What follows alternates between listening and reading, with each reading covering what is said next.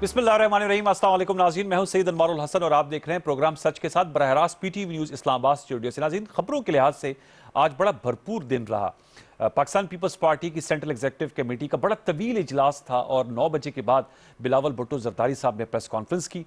Press conference की तफसीलात हम आपके साथ शेयर करेंगे, लेकिन इसी दौरान आज रात भी एक बड़ी अहम डेवलपमेंट हुई और साबिक वजीर दिफा मेंबर कौमी असम्बली ख्वाजा मोहम्मद आसिफ को नैब ने आज गिरफ्तार कर लिया है। नैब तर्जुमान ने तस्दीक करते हुए बताया कि 26 करोड़ रुपए जो इनके अकाउंट्स में आए ख्वाजा मोहम्मद आसिफ साहब की, इस हवाले से इनसे सवालात पूछे गए थे, ये इसके तसल्ली बख्श जवाब न दे सके, लिहाजा इन्हें आमदन से ज़ायद असाजात केस में नैब ने गिरफ्तार कर लिया है।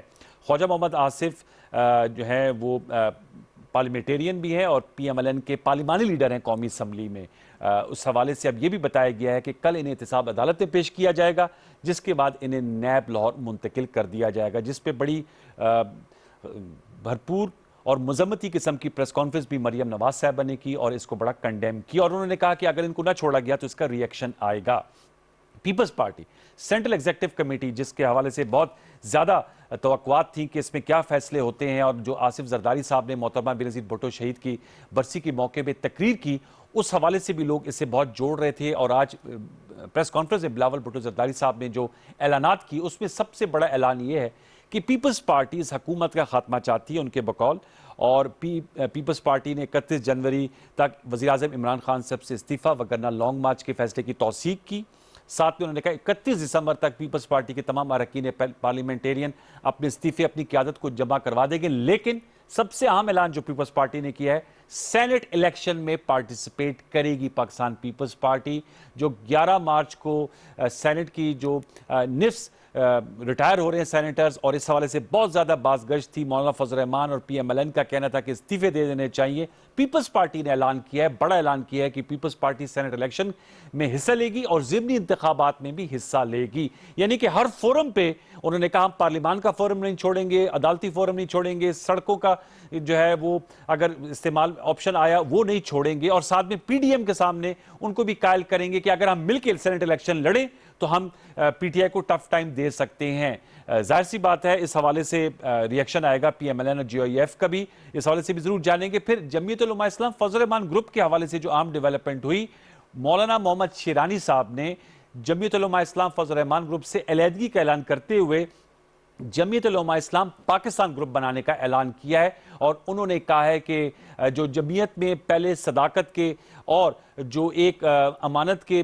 दर्जात थे और जो लेवल्स थे, अब वो चेंज हो गए हैं। और उन्होंने कहा असल में ये तो जमीयत उलमा इस्लाम पाकिस्तान थी, लेकिन मौलाना फजल रहमान साहब ने 2002 में इसके साथ फे अटैच कर दिया था। और उन्होंने साथ में ये भी कहा कि मौरूसियत की सियासत के वो लोग खिलाफ है। आगे चल के हम हाफिज हुसैन अहमद साहब से गुफ्तगू करेंगे, जो कि जाहिर बात है मौलाना शिरानी साहब के साथ खड़े हैं। पहले हाफ में हमारे साथ दो नुमाइंदा शख्सियात ने शिरकत की है, उनको हम वेलकम करेंगे। डॉक्टर उमेश कुमार साहब DSNG लिंक पर कराची से हमारे साथ मौजूद हैं, पाकिस्तान तहरीक इंसाफ के मरकजी रहनुमा, सीनियर पार्लियामेंटेरियन रह चुके हैं, आपका बहुत शुक्रिया। सेनेटर आजिज धामरा साहब सेक्रेटरी इत्तलात हैं पाकिस्तान पीपल्स पार्टी सिंध के, मरकजी रहनुमा स्काइप पर हमारे साथ हैदराबाद से मौजूद है, आपका बहुत शुक्रिया। मैं डॉक्टर उमेश कुमार साहब आपसे गुफ्तगू का आगाज करूंगा। सर ये बताइएगा, ये तो आज पाकिस्तान तहरीक इंसाफ की हुकूमत के लिए बड़ी अच्छी खबरें आई हैं PDM के तरफ से, जो कि आपके खिलाफ एक महाज बना हुआ है, खुद ही टूट फूट और इख्तलाफात का शिकार नजर आ रहा है, चाहे मौलाना फजल रहमान साहब की जमात हो या हुकूमत गिराने के तरीकेकार के हवाले से इस्तीफों की बात थी, अब मामला सेनेट इलेक्शन पर पीपल्स पार्टी ले गई है। डॉक्टर उमेश कुमार साहब क्या कहेंगे इस हवाले से आप? देखें अनवर भाई, हमारे लिए कोई खुशी की बात नहीं है। अच्छा, हमारी कभी भी ये नीयत नहीं है। बीइंग ए सीनियर पॉलिटिशियन, मैं तो समझता हूँ हम कभी भी ये नहीं चाहते हैं कि किसी भी पॉलिटिकल पार्टी के अंदर दरार आए, मगर जब पॉलिटिकल पार्टीज के लीडरान अपने मफादात में फैसले करते हैं जी, तब वो अपने कर्मों की सज़ा भुगतते हैं। तब उनके साथ ऐसा ही होना चाहिए जो अभी हो रहा है। बिल्कुल सही कह रहा है मौलाना शिरानी साहब के, जैसे माजी में अल्ताफ़ हुसैन था, अब अल्ताफ़ हुसैन ने अपनी MQM अल्ताफ़ हुसैन बना दी, तो इधर जो है वो MQM पाकिस्तान बन गई, फिर इधर पाक सरजमीन बन गई। ये जहाँ जहाँ पे भी पार्टीज़ के अंदर गलत होता है, आप कभी PMLN को PMLN कहते हैं, कभी PMLAs कहते हैं जी। ये चीज़ें जो है वो अभी AM भी कह रहे हैं, ये जो भी चीज़ें हो रही हैं, ये मैं समझता हूँ ये चीज़ें सही नहीं है, और ये चीज़ हर पॉलिटिकल पार्टी के अंदर हो रही है। और इत्फाकन से जो मोहतरमा के बाद जो है पीपुल्स पार्टी में भी ये सिचुएशन आई थी, मगर पीपुल्स पार्टी की क़यादत आसिफ जरदारी साहब ने किसी भी हालत में डेमोक्रेसी को ज़रूर एक अहमियत दी। वहाँ पे भी ये था मोहतरमा के टाइम, जो मोहतरमा के जो नज़दीक लोग थे, जब मोहतरमा की डेथ हुई तो वो दूर हो गए, दूसरे आगे आ गए जी। एक चीज़ तो ये कि पार्टी का एक सिस्टम जो है ना एक बंदे के साथ नहीं होना चाहिए, मगर पाकिस्तान के अंदर हर पॉलिटिकल पार्टी का सिस्टम जो है एक बंदे के साथ चलता है। जिसके पास कमांड होती है वो बादशाह बन जाता है, बाकी सारे ऐसे हो जाते हैं। सीईसी जो होती है वो नाम की सीईसी होती है। हर पॉलिटिकल पार्टी के अंदर अगर जो लाइन ड्रा की जाती है उस लाइन के तहत चला जाता है। आजिज धामरा साहब मेरे भाई है, और वो हो सकता है मीडिया के ऊपर इस चीज़ को जो है वो नहीं भी माने, मगर वो भी इस चीज़ को मानेंगे कि जो है वो दिल से ये मानेंगे कि ये चीज़ें बिल्कुल हैं। मैं समझता हूँ कि डेमोक्रेसी वो होती है जब आदमी पार्टी के अंदर जो है वो भी डेमोक्रेसी रहे। अब आप आ जाए उस बात के ऊपर कि मौलाना शिरानी जब तक फे के अंदर रहा, सेनेटर रहा, जब तक इस्लामी नजरियाती काउंसिल का रहा, तब तक उसने बात नहीं की, और उसके बाद बात की। तो अगर क्रेडिबिलिटी मौलाना फजल रहमान की सही नहीं है तो शिरानी की भी सही नहीं है। बात यह है कि आदमी टाइम के ऊपर जब जिस हुकूमत में हो, मैं क्यू के साथ भी रहा, नून के साथ भी रहा, मैं आज पीटीआई के साथ भी हूं, मगर कम से कम ऐसी कोई बात, कई मरतबा मेरे 50 प्रोग्राम आजिज धामरा के साथ हुए होंगे, मगर कोई ऐसा मेरा प्रोग्राम नहीं होगा जिसके अंदर मैंने गलत चीज को डिफेंड किया हो, चाहे मैं नून लीग के टाइम पे था, चाहे मैं पीटीआई के टाइम पे। गलत चीज को गलत कहना चाहिए, सही को सही कहना चाहिए। जरा मैं अब जरा आज धामरा साहब को जाता हूं। नहीं आएगी तब तक जी आपने अहम नुकात उठाए। धामरा साहब भी सफर करेगा, ठीक है, पार्टियां भी सफर करेगी, डेमोक्रेसी भी कमजोर रहेगी। डेमोक्रेसी भी कमजोर रहेगी। आज धामरा साहब सर बताइएगा, पीपल्स पार्टी की सेंट्रल एग्जीक्यूटिव कमेटी ने फैसला किया सेनेट इंतखाबात में हिस्सा लेने, और आपने कहा कोई फोरम नहीं छोड़ेंगे। तो मैं आपसे जानना चाहूंगा, ये तो मौलाना फजल रहमान साहब तो बबांगे दौल कह रहे थे कि सारे फैसले हो चुके हैं और उल्टी गिनती शुरू हो चुकी है, तो यानी कि मामला तो मार्च या फरवरी के एंड में अब चला गया। सेनेट इलेक्शंस में आप लोग भरपूर हिस्सा लेंगे, ज़िमनी इंतखाबात में भी हिस्सा ले रहे हैं। तो आज सेनेटर शिबली फराज साहब जो कि हुकूमत के तर्जुमान हैं, वो कह रहे हैं कि अब पीडीएम किस्सा पारीना हो गई है, ऐसे ही समझे धामरा साहब? बिस्मिल्लाह रहमान रहीम। देखें, मेरे ख्याल में कि ये ख्याल अच्छा है। आज पूरी जो अपोजिशन की जमात का शिकार है, लोग इनकी बात नहीं बोल रहे, लोग इनके मुताबिक के नहीं। तो 2 दिन पहले जो एक सिंगल पार्टी हुआ की क़यादत हुई, तो आईना है हुकूमत को, ये बहुत बड़ी बात है। आज की चीज के अंदर देखिए इजलास अपने पार्टी और बहुत मसले होते हैं, मगर बिलावल भुट्टो दरखास्त जो यूसी के फैसले बात तो होगी जो फैसले प्रेस ब्रीफिंग में आए जी। और धामरा साहब आपकी थोड़ी आवाज में कट रही है, अगर आप इजाजत दे तो हम आपको टेलीफोन लाइन पर लेते हैं सर आपकी, ताकि आवाज में क्लैरिटी आए। माजरत आपकी आवाज हम सही तौर पे सुन नहीं पा रहे। मैं रिक्वेस्ट करूंगा प्रोड्यूसर साहब अगर इनको टेलीफोन लाइन पर ले तो आजिज धामरा साहब का जरा मौकफ क्लैरिटी के साथ आ जाएगा। मैं इतने में डॉक्टर उमेश साहब से एक और भी सवाल करता चलूं। डॉक्टर उमेश साहब, ख्वाजा आसिफ साहब को गिरफ्तार कर लिया सर नैब ने आमदन से ज्यादा असाजात केस में, क्या कहेंगे इस पर? इस पे आपका क्या कमेंट है डॉक्टर उमेश कुमार साहब? देखिए, मैं समझता हूं ये केस आज से नहीं चल रहा है। NAB without any influence, without any interference चल रहा है। अच्छा। अगर नैब इमरान खान के अगर कंट्रोल में होता तो मैं समझता हूं इस वक्त हमारे लिए जो सेटबैक जो आ रहा है वो सिर्फ यही आ रहा है कि हमने बहुत नारे लगाए थे एड साहब के, मगर हमने एड साहब के हवाले से इतनी रिकवरी नहीं की है। ठीक। तो नैब के थ्रू हम बहुत कुछ कर लेते।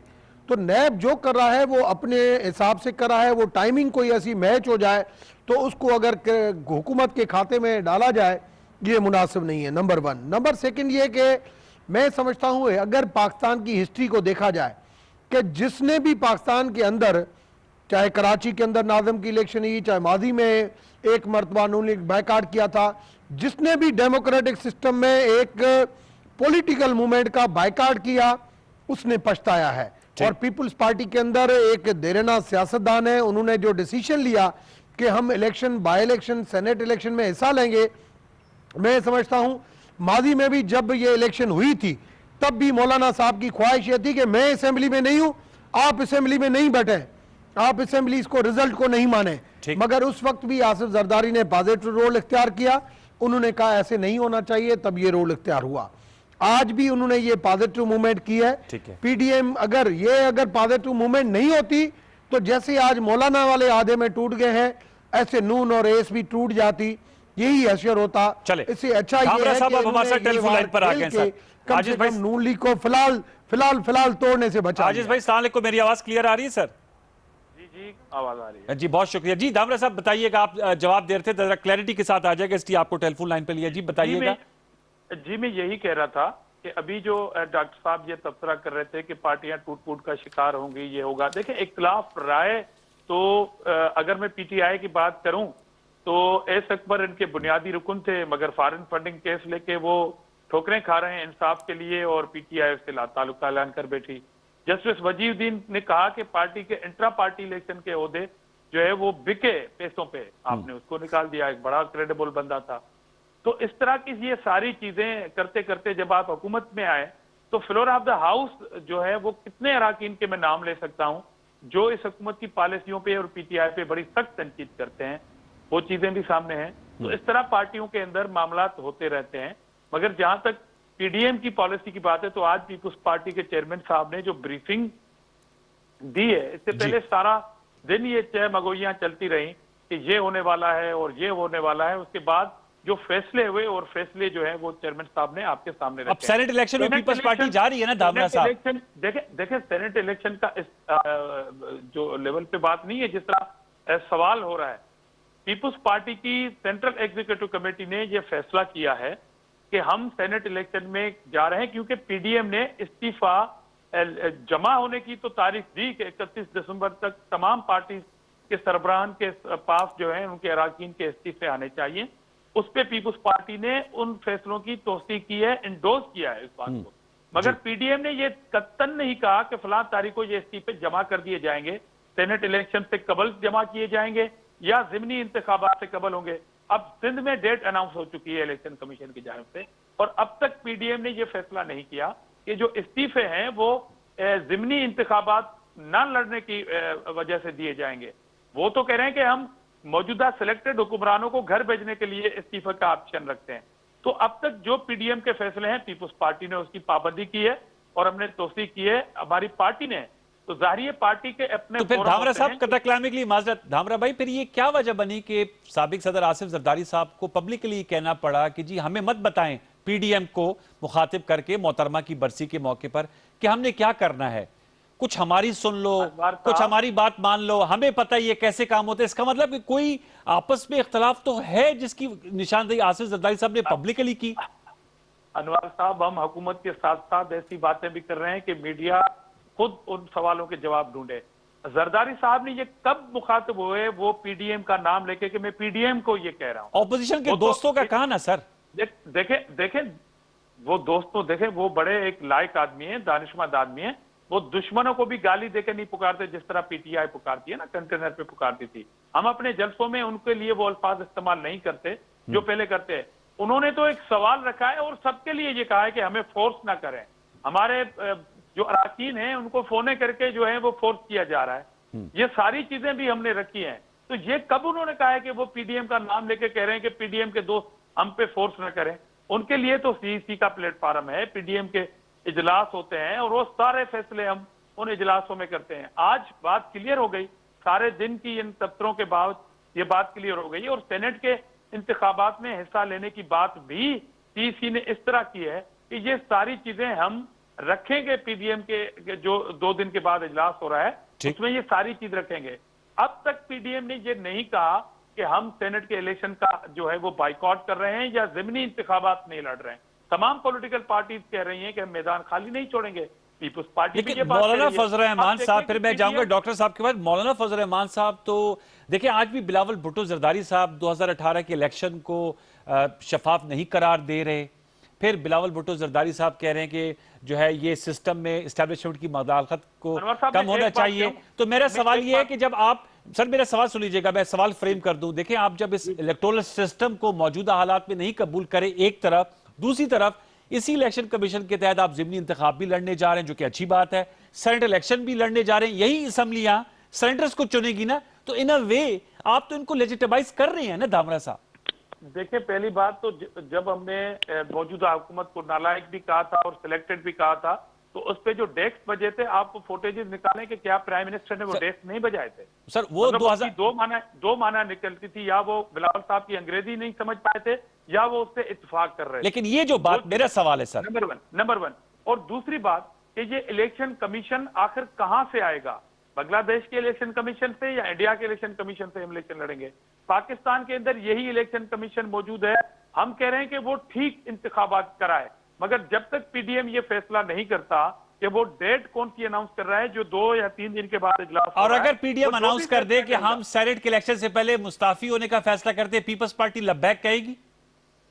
आज पीपुल्स पार्टी ने ये पैगाम दे दिया है कि वो पीडीएम के जो 26 नुकाती जो एजेंडा थी उसको इंडोर्स करती है, उस फ्रेमवर्क के अंदर, लाइन के अंदर खड़ी है, लाइन के बाहर नहीं खड़ी हुई। अच्छा, मैं जरा ये तो दो मेरे लाइन- साथ ही रहेगा, मेरे साथ मैं डॉक्टर उमेश कुमार साहब भी सियासत की बारीकियों को समझते हैं। डॉक्टर उमेश साहब बताइएगा, आपका क्या सियासी तज्जिया है? आपने भी कहा है कि जाहिर बात है आपको मुल्की सियासत पे गई नजर है। धामरा साहब कह रहे हैं कि पीडीएम ने इस्तीफों का ऐलान नहीं किया। मैं जब पीडीएम कहता हूं तो जाहिर बात है मौलाना फजल रहमान साहब और पीएमएलएन पीपल्स पार्टी ने तो आज पोजीशन वाजे की है। सीसी इनका हाईएस्ट डिसीजन मेकिंग फोरम है। बिलावल साहब ने खुद कहा था तमाम फैसले मुशावरत से होते हैं। उन्होंने तो सेनेट इलेक्शन में जाने की बात की है। आपकी क्या राय है? पीएमएलएन और जमीयत उलमा इस्लाम फजल रहमान जो है वो सेनेट इलेक्शन की तरफ देख रहे हैं, या वो चाहते हैं कि इस सिस्टम को रॉक किया जाए और इससे बाहर आया जाए?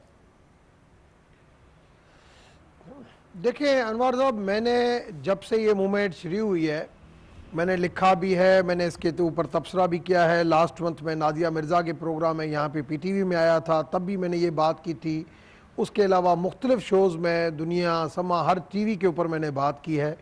जो आज हो रहा है इसकी टोटल, सियासतदान वो होता है, अच्छा सियासतदान जो आगे क्या होने वाला है समझे।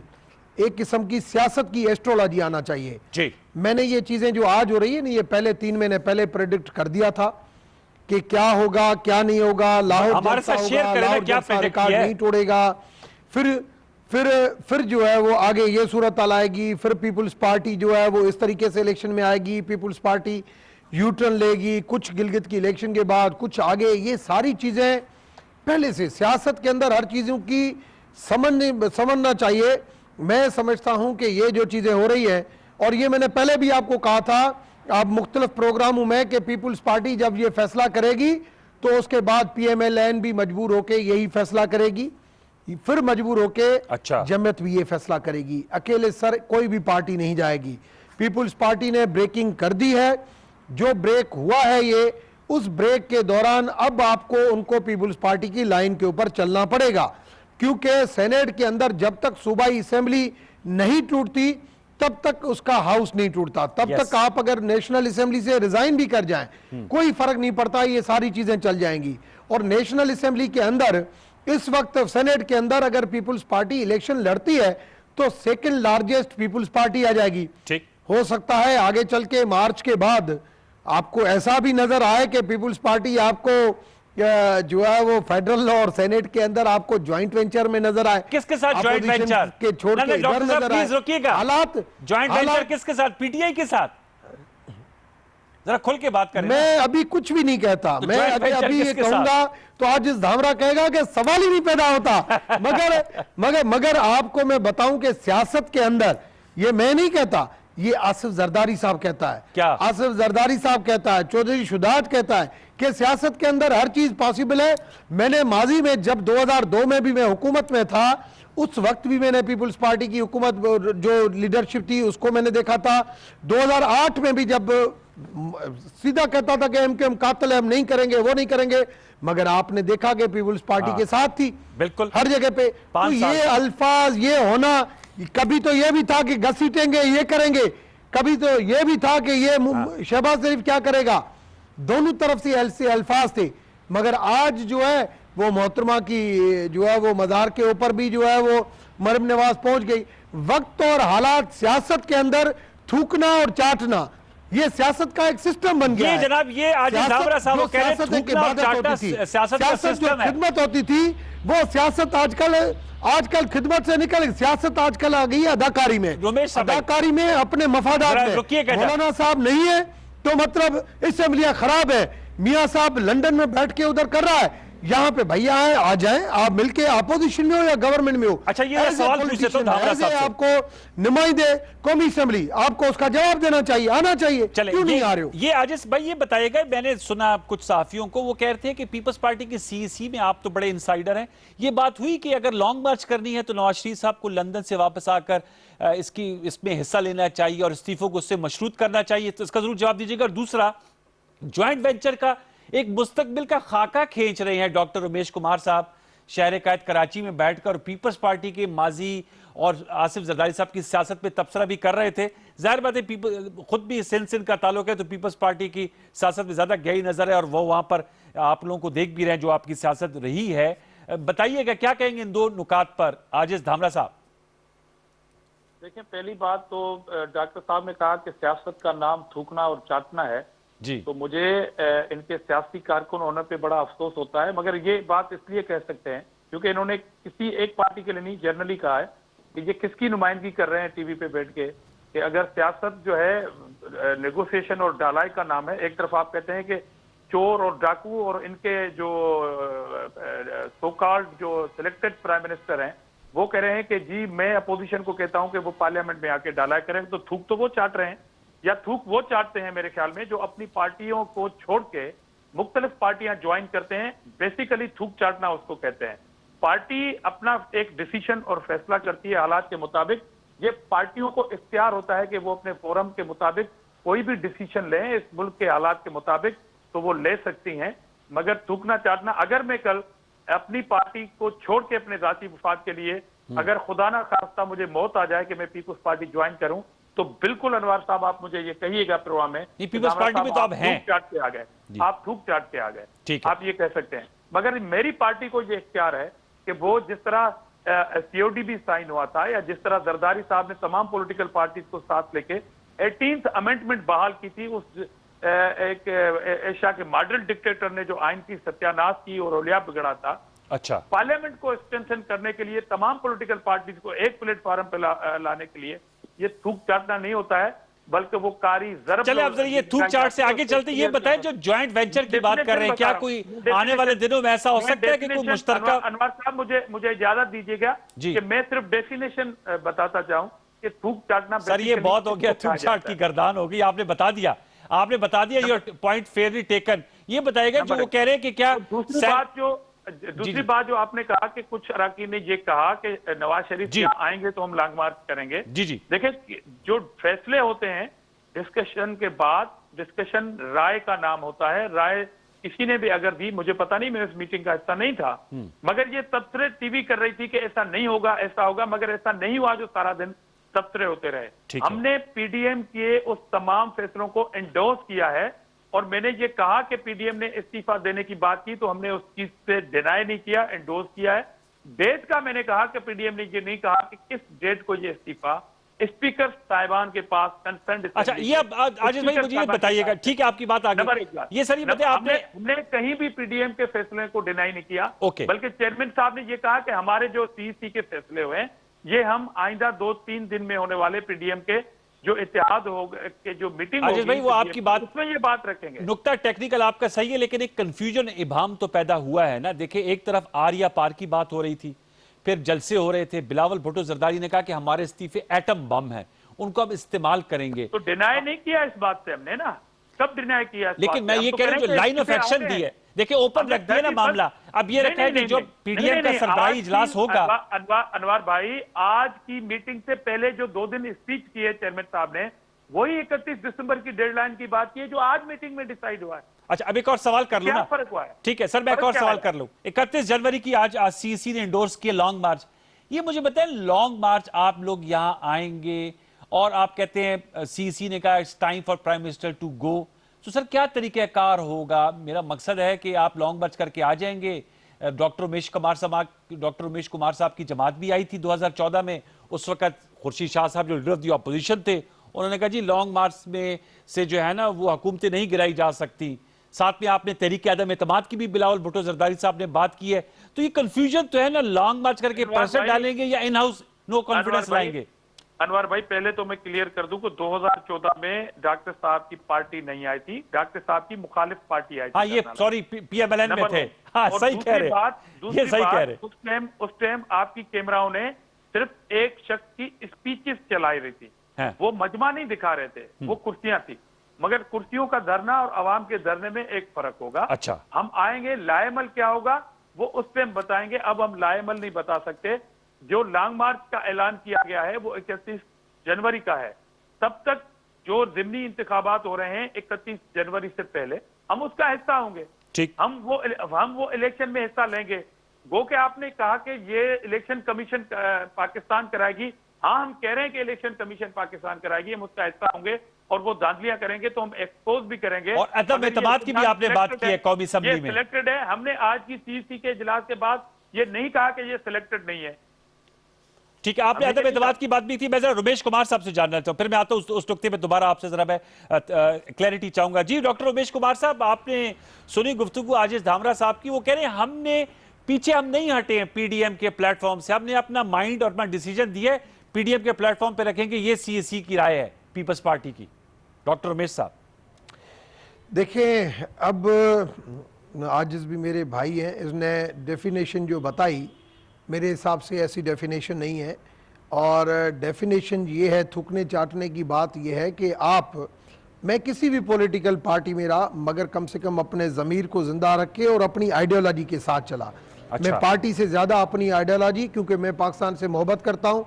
जो पाकिस्तान के फेवर में सही डिसीजन होते हैं, जो नीट और क्लीन होते हैं, चाहे मैं किसी के साथ भी रहा, मुशर्रफ के साथ भी वही तरीके से बात करता था, नवाज शरीफ के साथ भी वही तरीके से बात करता था, खान साहब के सामने भी बहुत सारे इश्यूज थे। पीएमडीसी था, मैंने आर्ग्यू किया, एक्सेल लोड था, मैंने आर्ग्यू किया।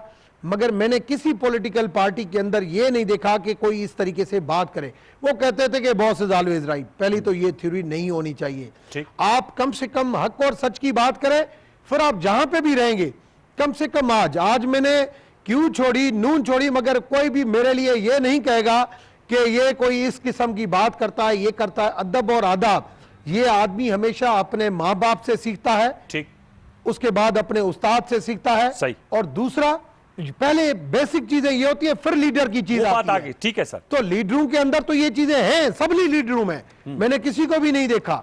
मगर मेन चीज ये है कि माँ बाप की जिसकी परवरिश होती है, वो हर जगह पे अच्छा लगता है, चाहे वो कहीं पे भी रहे। अब आप आ जाए कि कहते हैं कि हमने पीडीएम से नहीं छोड़ा। इख्तिलाफात जब भी कोई होता है, आपका पीडीएम का, एक कंसोर्शियम का अगर कोई इजलास हो, उधर जो भी आप अपने डिफरेंसेस ऑफ व्यूज जिसने भी हो वो आप लेने के बाद जो मौकफ आए सबका मिल के आए, उसको कहते हैं कंसेंसस ऑन डिफरेंट ओपिनियन। मगर जब आप इंडिविजुअली अपने सीसी का इजलास करके एक मैसेज दे दें कि हमारा ये मौकफ है, एक ओपन जलसे के अंदर ये कह दे कि हमें नहीं सिखाएं, अपोजिशन के लोग हमें नहीं सिखाएं, हमने सियासत के अंदर पीएचडी की हुई है, आपने अपनी क्लियर लाइन ड्रॉ कर दी है। अगर किसी इत्यादि को आपकी लाइन ड्रॉ के ऊपर चलना है, तो आपके पीछे और आपके साथ चले, आपकी डायरेक्शन के ऊपर चले। नहीं तो आप एक बेड़ी के अंदर एक तरफ मुत्तहिदा अपोजिशन का मजा लेना चाहते हैं, दूसरी तरफ सिंध हुकूमत जो मिली हुई है उसको छोड़ना नहीं चाहते हैं। टिकट में दो मजे। तो मैं समझता हूं अच्छी बात है कि नहीं छोड़े, अच्छी बात है नहीं छोड़े, मगर आप कम से कम ये नहीं कहें कि इख्तिलाफात हैं, आप इंटरनली अपनी मीटिंग करें। एक ज्वाइंट वेंचर में एक तरफ मौलाना खड़ा है, एक तरफ मरियम खड़ी है, एक तरफ बिलावल खड़ा है, एक प्रेस कॉन्फ्रेंस में एक मौकफ आ जाता है, ठीक है, वो अंदर डिफरेंसेस जो भी हुए, मगर जब आप इंडिविजुअली एक अपनी सीसी का इजलास करके, ओपन प्रेस कॉन्फ्रेंस करके अपना मैसेज दे देते हैं, तो उसका मतलब यह है कि आपने अपनी लाइन ड्रा कर दी। तो पागल नहीं बनाए किसी को, सारे लोग समझते हैं, हम समझते हैं आपका वाइजली डिसीजन है, हम समझते हैं कि आपने हिस्ट्री से सीखा हुआ है कि जो भी ऐसे पॉलिटिकल लाइफ में छोड़ के चला जाता है जी डॉक्टर तो ऐसे ही होता है। जी धामरा साहब, ये जो बात की है, ये बात अक्सर बात कही जा रही है कि पीपल्स पार्टी के स्टेक्स हैं, सिंध में आपके पास हुकूमत है और सेंटर में आप अपोजिशन कर रहे हैं, बड़ी कंफर्टेबल पोजीशन है कि सेंटर में आप अपोजिशन कर रहे हैं, सिंध में हुकूमत है, आप इसलिए नहीं छोड़ना चाह रहे। नून लीग और मौलाना फजल रहमान साहब के पास कोई स्टेक्स नहीं है, they have nothing to lose, इसलिए वो ऑल आउट जाना चाह रहे हैं। ये वो डिफरेंट सिचुएशन है जिसकी वजह से डिफरेंट अप्रोचेस सामने आ रही हैं। धामरा साहब देखिए अनवर साहब, पहली बात तो मैं ये कह रहा हूं, खामखा मेरे तबसरे को डॉक्टर साहब ने दिल पे ले लिया, मगर मैं फिर एक गुस्ताखी करूंगा कि आपने बिल्कुल क्यू में भी थे, आपने क्यू छोड़ी, फिर आप नून में थे, आपने नून छोड़ी, फिर आप पीटीआई में हैं, कब छोड़ेंगे नहीं छोड़ेंगे ये आपका अपना डिसीजन है। मगर क्वेश्चन ये बनता है जरूर कि जब उनकी हुकूमतें खत्म हो जाती हैं फिर आपको उनसे नजरियाती इख्तिलाफ कैसे याद आ जाता है, फिर वो पार्टी आप क्यों छोड़ते हैं, ये भी आपका अपना फैसला है। ये भी आप मतलब खुद जाने कि जब उनकी हुकूमतें होती हैं तो इख्तिलाफ राय होता है, जब खत्म होती है तो पार्टी छोड़ देते हैं, ये एक अलग है। मैं जो थूक चाटने वाली बात कर रहा था, दरअसल मैं अपने लिए कह रहा था कि अगर मैं ये कह दूं, अगर ये मैं कर दूं, फिर ये आप मुझे कह सकते हैं। आपकी पॉइंट अच्छा, दूसरी बात, ये जरदारी साहब की स्टेटमेंट को जो कोट कर रहे हैं, देखें इन कम अकलों को ये बात समझ में नहीं आती, मैं इनको क्या कहूं, इनके लीडर ने भी सिलेक्टेड लिस्ट में डेस्क बजाए थे, अब उन्हें बात समझ में आई कि ये मैंने क्या कर दिया। वो जो जरदारी साहब ने कहा है वो भाई आपको कहा है, आपको भी मुखातिब किया है उन्होंने, सिलेक्टेड और सिलेक्टर दोनों को कहा है उन्होंने कि आप फोर्स ना करें, हमें सियासत ना समझाएं। ये तो आप अजीब बात है कि मतलब आपको पीडीएम याद है, आपको हुकूमत के बाकी सारे सेक्टर्स को आपने छोड़ दिया, आप सिर्फ पीडीएम पे सियासत करते हैं, तो पीडीएम इसमें तो कामयाब हो गई ना कि आपको खबरनामा पीटीआई कर दिया है और 7 बजे से 12 बजे तक, और कोई जरदारी साहब डिक्टेशन ना लेने की बात किससे कर रहे थे कि अभी डिक्टेट ना करें? क्या रिफॉर्म्स लाए हैं ये तो बताने के लिए कुछ ही नहीं है। पीपुल्स पार्टी नहीं छोड़ेगी हुकूमत, पीपुल्स पार्टी इस्तीफा नहीं देगी, मफरूजों पे पीटीआई आके खड़ी हो गई है तबसरा करने के लिए, तो ये भी कामयाबी है हमारी। चलिए, ये तो आपका सियासी जवाब आ गया। मेरा सवाल ये था कि सिंध हुकूमत में आपकी स्टेक से आप लोग नहीं छोड़ेंगे। मुराद अली शाह साहब ने ऑन रिकॉर्ड कह दिया था सीसी के इजलास से पहले कि हम ज़िमनी इलेक्शन भी लड़ेंगे और सेनेट इलेक्शन में भी जाएंगे। तो कहने का मकसद है कि अगर कल एक ये भी आपने कहा, चूंकि हाइपोथेटिकल क्वेश्चंस हो रहे हैं, पीएमएल और मौलाना फजल रहमान साहब कहते हैं कि नहीं हम लोग सेनेट इलेक्शन नहीं लड़ना चाहते, तो आप लोगों ने तो अपना माइंड दे दिया ना सर, लाइन तो खींच दी है ना धामरा साहब, ये तो आप कबूल करेंगे ना? अगर मैं इसका जवाब यूं दूं अनवर साहब कि अब तक आज तक पीडीएम ने ये डिसाइड नहीं किया था कि हमें सेनेट इलेक्शन से पहले या बाद में इस्तीफा देने हैं, तो ये पीपुल्स पार्टी कैसे फैसला कर दे कि हम इलेक्शन में नहीं जा रहे? वो तो पीडीएम की क़यादत फैसला करेगी ना। ठीक है, ये बताएगा डॉक्टर उमेश साहब, ज़ाहिर बात है ये साल अपने अख्ताम को पहुंच रहा, बड़ा मुश्किल साल था कोविड की वजह से, और उससे बड़ी जानें भी निकली, इक्तिसादियात भी उससे मुतासिर हुई। आपका पीटीआई का, पाकिस्तान तहरीक इंसाफ के अपने अहदाफ के हैं साल 2021 में जाते हुए, आज भी वफाकी काबीना का इजलास हुआ जिसमें के बाद ब्रीफिंग देते हुए वजीर इत्तलात शिबली फराज साहब का ये कहना था कि प्राइम मिनिस्टर साहब की अप्रोच ये है कि भूख को खत्म किया जाए और एहसास प्रोग्राम को आगे बढ़ाया जाए। सियासत अपनी जगह, जो कि धामरा साहब कह रहे हैं, आप लोगों का अपना भी 2021 में जाते हुए एक सोच और एक प्लान ऑफ एक्शन तो होगा ना? रुमेश साहब जरा बताइएगा।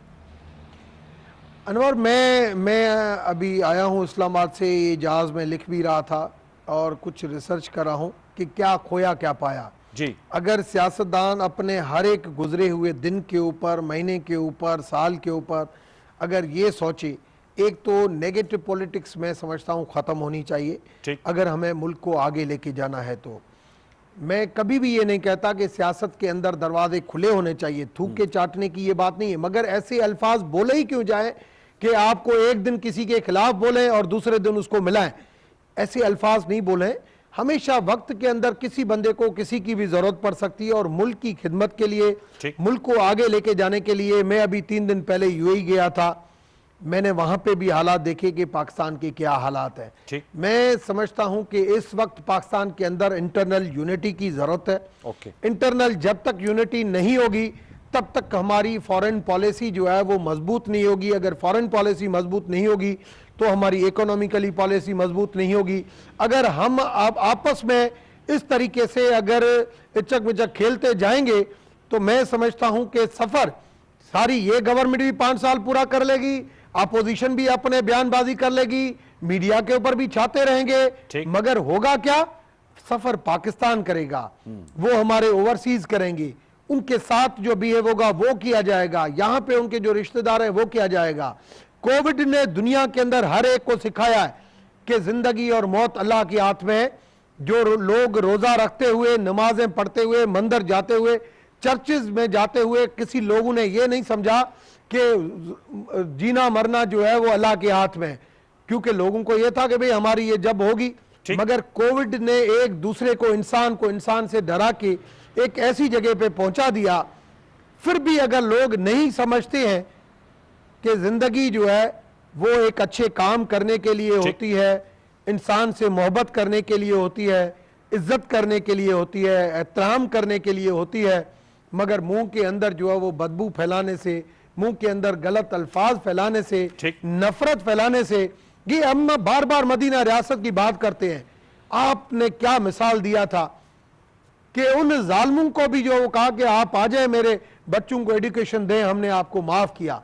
नेल्सन मंडेला की बात करते हैं कि उन्होंने कहा इतना अरसा उन्होंने जेल में भुगता, मगर नेल्सन मंडेला ने भी कहा कि मैं अगर अफ्रीकन की कम्युनिटी की अगर खिदमत करना चाहता हूं, मुल्क को आगे बढ़ाना चाहता हूं, मैं इस तरीके से आगे बढ़ता हूं। डॉक्टर उमेश कुमार साहब, तो मैं समझता हूं कि हमें बहुत केयरफुली चलना पड़ेगा। आपका बहुत शुक्रिया। सेंटर आजिज धामरा साहब, आपका बहुत शुक्रिया। दोनों मौजूद शख्सियात ने अपने अपने नुक्ते नज़र हमारे प्रोग्राम के पहले हाफ में पेश किया। व्यूअर्स, एक छोटा सा वक्फा लेंगे, वक्फे के बाद आएंगे तो हम हाफिज हुसैन अहमद साहब से गुफ्तगू कर रहे होंगे। जो मौलाना मोहम्मद खान शिरानी साहब ने बड़ा ऐलान किया जमीयत उलमा इस्लाम फजल रहमान ग्रुप से अलहदगी इख्तियार करके जमीयत उलमा इस्लाम पाकिस्तान बनाने का, उस पर उनसे गुफ्तगू कर रहे होंगे। जरूर देखिएगा, एक छोटा सा वक्फा ले लीजिए।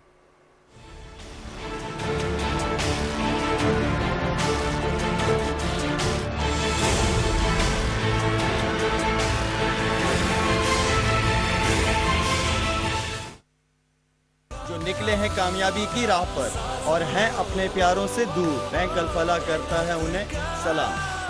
Bank Al Falah, the way forward. फौरी खबर हो, राय या तज्जिए, डिजिटल दुनिया में आपके साथ साथ पीटीवी न्यूज की सोशल मीडिया प्लेटफॉर्म्स पर बढ़ती मकबूलियत, टॉक शोज, खसूसी रिपोर्ट्स और आगाही के पैगामात की फौरी रसानी के लिए पेश। पीटीवी न्यूज फेसबुक अकाउंट पर 30 लाख फॉलोअर्स मुकम्मल। हम पर एतमाद करने और जुड़े रहने पर आपका शुक्रिया। पीटीवी न्यूज, दुरुस्त हर वक्त बर वक्त।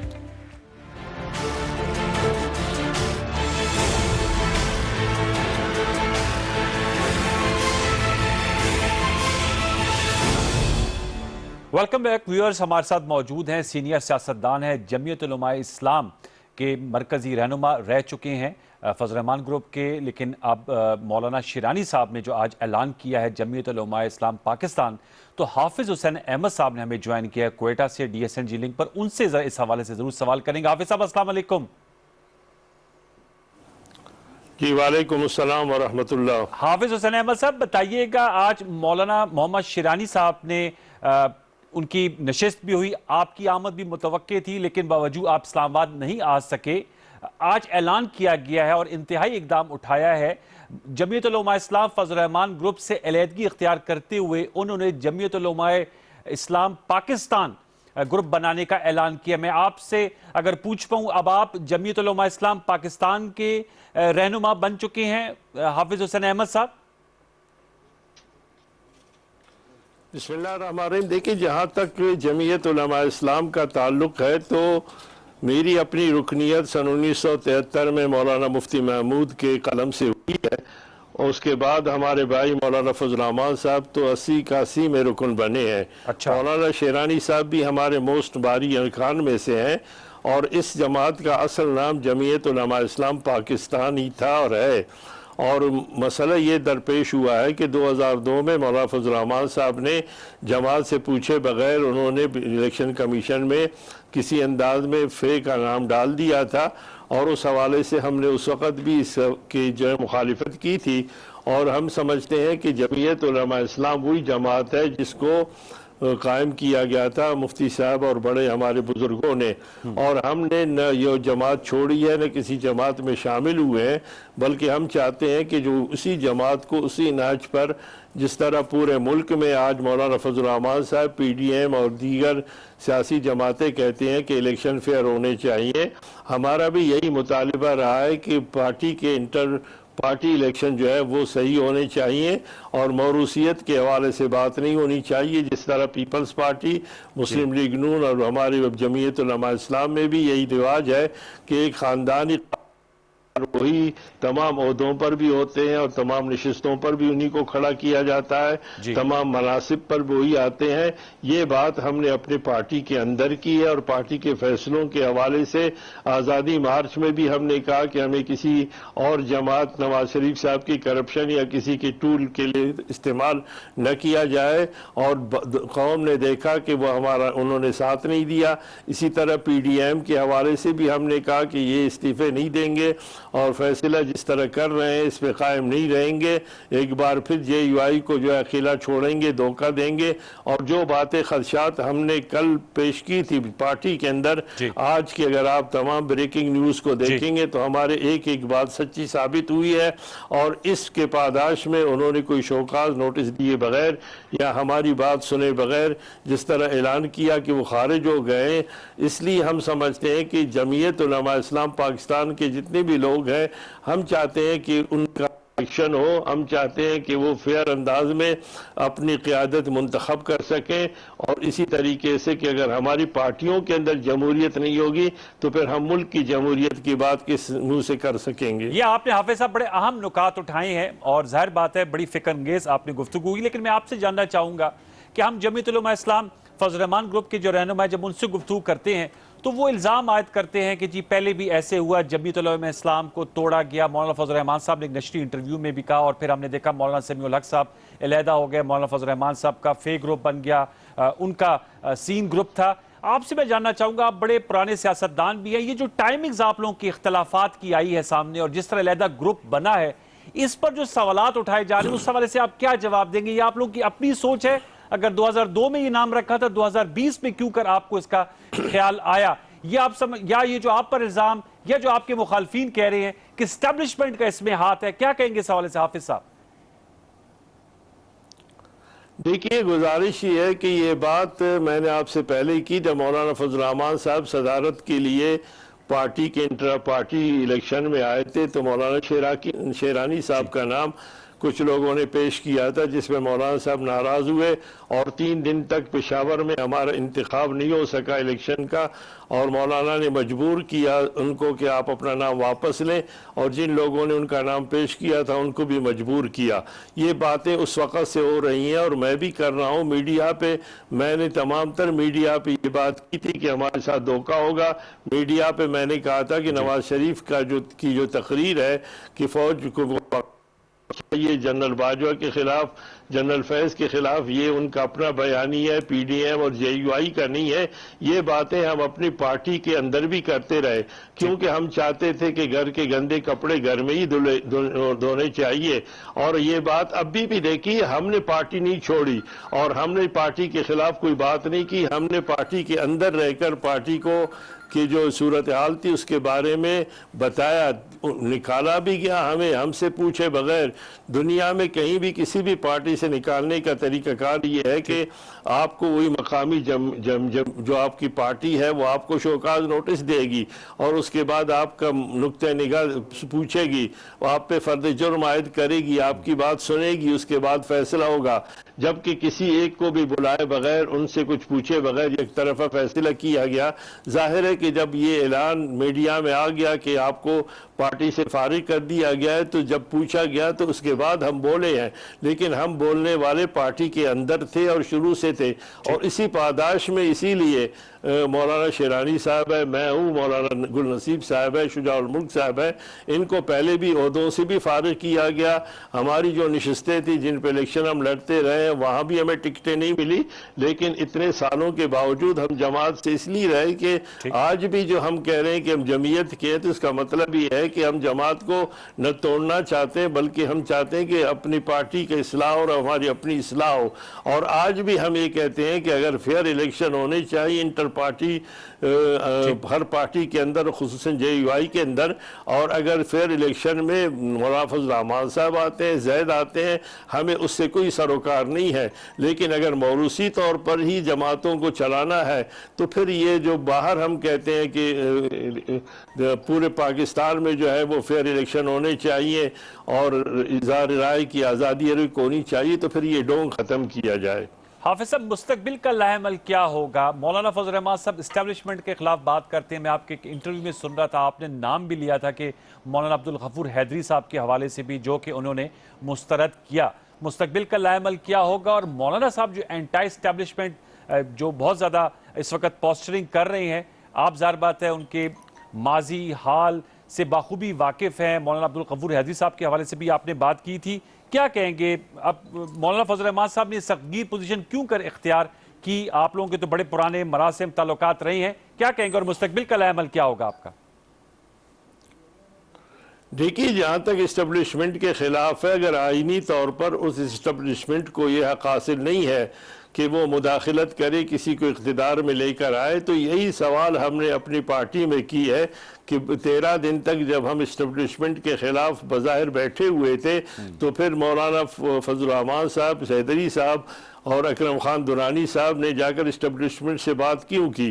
चौधरी शुजात हुसैन परवेज़ इलाही के घर में जाकर उन्हीं जर्नलों से बात करके उनसे ये यकीन दहानी बकौल मौलाना फजल रहमान के, जो ऑन द रिकॉर्ड उन्होंने पूरे मीडिया को बता दिया है और आप सबको पता है दुनिया को, कि उन्होंने कहा कि उन्होंने हमें ये यकीन दहानी कराई है कि हम मार्च में इमरान खान की हुकूमत हटाकर इलेक्शन करा देंगे, जबकि वो जून की बात करते थे।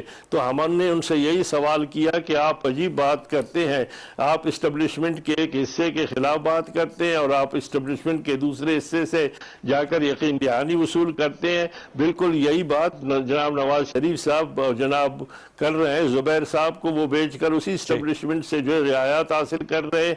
तो ये सारी सूरत हाल ऐसी थी जिसमें जो तजाद पाया जाता था, इसके बारे में हम जैसे लोगों ने अपनी पार्टी के अंदर आवाज़ उठाई थी और हमने कहा था कि या तो आप मोम बने या संग बने, या तो आप मुकाबला भरपूर करें तो फिर बात न करें, जब आप बात करते हैं तो फिर मुज़ाहमत न करें।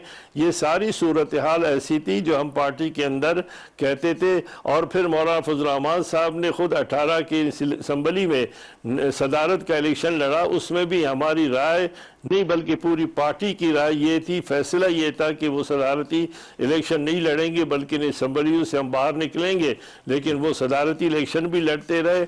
तो ये तजाद सामने आया कि अगर असम्बली गलत है तो आप उसमें सदर मुंतखब हो जाते तो असम्बली ठीक हो जाती। आज पीपल्स पार्टी कह रही है कि जनाब ये असम्बली गलत है, और साथ ही कह रहे हैं कि हम सिस्टम को चलाएंगे भी सही, और साथ ही कह रहे हैं कि हम सेनेट में भी हिस्सा लेंगे। तो ये जो तजादात सामने आते हैं, जाहिर है एक वर्कर की हैसियत से जब ये बातें हम पार्टी के अंदर करते रहे तो इसका मतलब ये था हम चाहते हैं कि जो कुछ कहा जाए वही किया जाए, और जो कुछ करना चाहते हैं वही लोगों को कहें, हम वही लोगों कहें। बहुत शुक्रिया हाफिज हुसैन अहमद साहब, मरकज़ी रहनुमा जमीयत उलमा इस्लाम, हमसे गुफ्तगू कर रहे थे और बिल्कुल सही बात करते हैं कि जो कहते हैं उस पर अमल भी किया जाए, और जो हम जमहूरियत चाहते हैं मुल्क के अंदर, पार्टी के अंदर भी जमहूरियत जो है वो लानी चाहिए। व्यूअर्स, आज का सियासी खबरों से भरपूर दिन था, चाहे वो पीपल्स पार्टी के CEC के हवाले से अहम फैसले हों, ख्वाजा आसिफ की गिरफ्तारी है, और ये जमीयत उलमा इस्लाम पाकिस्तान बनने के हवाले से। तो अपोजिशन PDM के लिए एक बड़ा भारी दिन था और हुकूमत के लिए बड़ा ज़बरदस्त दिन था, अगर आप ख़बरों के तज्ज़िये से अहाता करें। आने वाले दिनों में मुल्क की सियासत पर गहरी नज़र रखते हुए आपको तज्ज़िये और ख़बरें देते रहेंगे। कल तक के लिए सैयद अनवारुल हसन और सच के साथ की पूरी प्रोफेशनल टीम को इजाज़त दीजिए। अपना बहुत सा ख्याल रखिए। अल्लाह नेगहबान।